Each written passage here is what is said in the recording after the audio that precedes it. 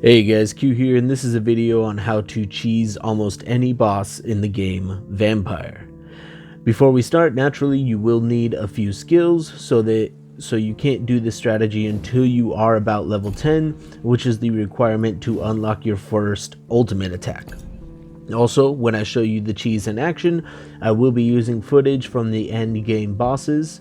I'll cut out any story spoilers, but you will see the arena and fighting the final bosses. This strategy is particularly useful during a pacifist run, as you will only need to reach level 10 to employ it. With that said, let's go into the skills, and don't forget, if you are already partway through the game and you don't have the skills, the first reset is free. You can use this to reset your entire skill tree with no penalty to the experience you have gained. Okay, for this strategy you will technically need only one skill, and that is the ultimate skill, Abyss. All of the ultimate skills are free to use, but the Abyss is generally the best choice for two reasons. One, it does the most damage of the ultimates, subject to resistances of course, and two, it will stop the enemy or boss in their tracks, leaving them open to a few attacks while the skill is being executed. You're going to want to upgrade this ultimate skill as much as you can. Additionally, you'll want a couple preferred skills. Primarily, you will want the coagulation skill, specifically the tier 3 on the bottom of the coagulation tree. Using this will freeze the enemy in place and automatically absorb blood from a distance, effectively allowing infinite blood during battles without putting yourself in danger by getting close. Something to note, while the enemy is frozen with this skill, any attack will immediately unfreeze them, and naturally the tier 4 would be even better than the tier 3.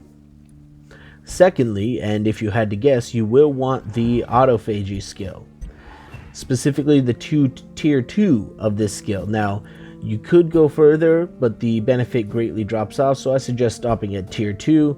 It's just good to have this skill for healing just in case.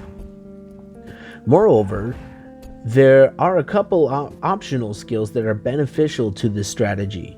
With the simple fact that you will need to upgrade other skills to get to the level requirements to unlock the previously mentioned skills, I would actually suggest the following.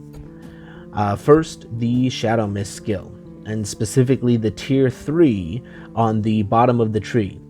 Now, using this will absorb blood on each hit and lower their maximum health. On some bosses that may regenerate health faster, this can be used to ensure that they never get back to full health. This skill is also very helpful when manipulating regular enemy AI, but you can check out my other video on how to do that. Blood Spear can be better on certain bosses, but Shadow Mist is better rounded for both bosses and regular enemies if you're playing the strategic way. Next, you'll want to consider investing in your physical prowess.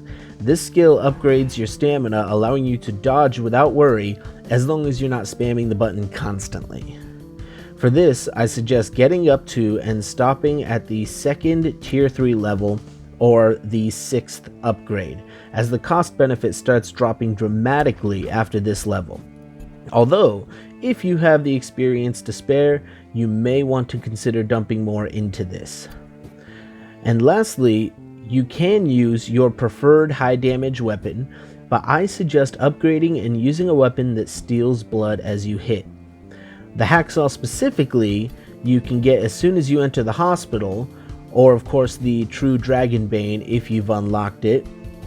And there are a couple other weapons throughout the game that do good damage as well as drain blood.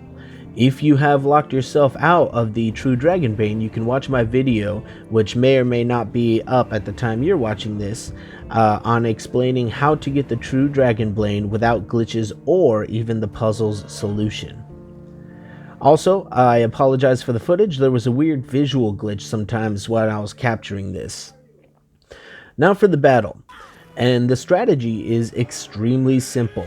It's effectively use the ultimate skill Abyss, get in a few hits, and run. If you want, you can throw in a Shadow Mist while the enemy is standing still to reduce their max health, or use it if you're too far away from the boss while the Abyss skill is being executed. And that's it. It works for any boss. Just keep your distance, wait for your ultimate to cool down, use it, get off a few hits, and keep running and dodging. Now, some bosses can summon shadow enemies that can still damage you, so you want to be aware of them and dodge them accordingly.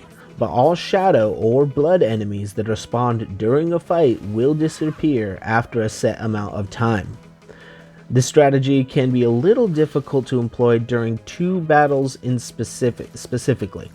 The boss battle in the theater, as this boss can summon scowls on occasion, and the boss battle at the top of the Pembroke due to the environmental hazard. There are a few other battles where you are still going to want to be aware of your surroundings, such as the battle in the cemetery, but overall this strategy can be used to overcome any boss and get you that final win. And that's it, a long video for an extremely simple strategy. It's slow, it requires patience, but if you take your time and don't get greedy with your hits, this strategy will get you through. And with that said, I'm the Strategic Gamer, and I hope it helps.